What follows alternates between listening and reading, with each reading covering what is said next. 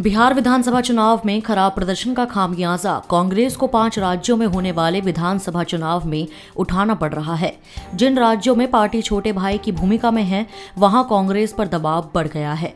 गठबंधन में बड़े भाई की भूमिका निभाने वाली राजनीतिक दल कांग्रेस को पिछले विधानसभा चुनाव से भी कम सीट ऑफर कर रही हैं। यही वजह है कि अभी तक तमिलनाडु में डीएमके के साथ सीट बंटवारा नहीं हो पाया है। तमिलनाडु में कांग्रेस का प्रदर्शन बहुत अच्छा नहीं रहा है।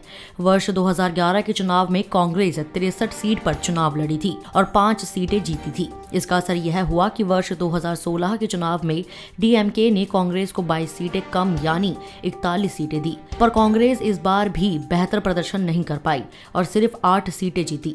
हालांकि 2019 के लोकसभा चुनाव में पार्टी डीएमके के साथ 8 सीटें जीतने में सफल रही। पूरे देश भर में कोरोना टीकाकरण का अभियान चालू है। अभियान के पहले चरण में हेल्थ वर्कर्स को टीका लगाया गया था। सरकार और स्वास्थ्य अधिकारियों के अनुसार लगाई जा रही वैक्सीन एकदम सुरक्षित है, लेकिन मेडिकल कॉलेज के एक छात्र की वैक्सीन लगने के 22 दिन बाद कोरोना से मौत होने की रिपोर्ट सामने आई है। फाइनल ईयर में पढ़ने वाले एमबीबीएस के छात्र की वैक्सीन लगवाने के 22 दिन बाद कोरोना से मौत हो गई। शुभम के बैचमेट आनंद भूषण बताते हैं कि नालंदा मेडिकल कॉलेज में पढ़ने वाले शुभेंदु शुभम 23 साल के थे। उन्होंने फरवरी के पहले हफ्ते में कोवैक्सीन की पहली खुराक ली थी, लेकिन इसके बाद भी कोरोना पॉजिटिव पाए गए थे। टीके की दूसरी खुराक लेने से पहले ही वो पॉजिटिव पाए गए।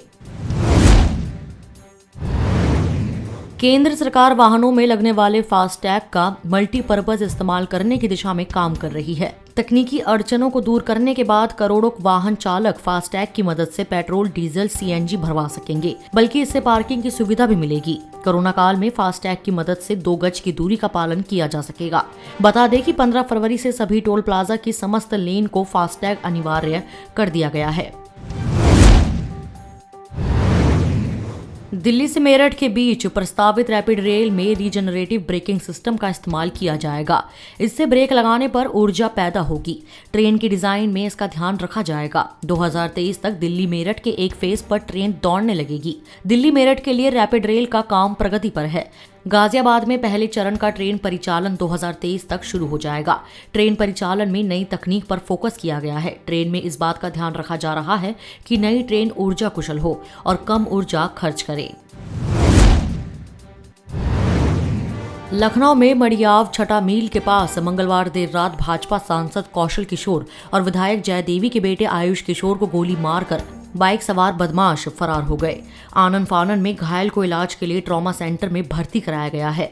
पुलिस हमलावरों की तलाश में जुट गई है। इस वीडियो में इतना ही। मैं कोमल, पंजाब केसरी दिल्ली से। अगर आपको हमारी ये खबर जानकारी पूर्ण लगे तो हमारे फेसबुक पेज punjabkesari.com को लाइक करें, और अगर आप हमारी ये वीडियो यूट्यूब पर देख रहे हैं तो हमारे चैनल को सब्सक्राइब करना ना भूलें।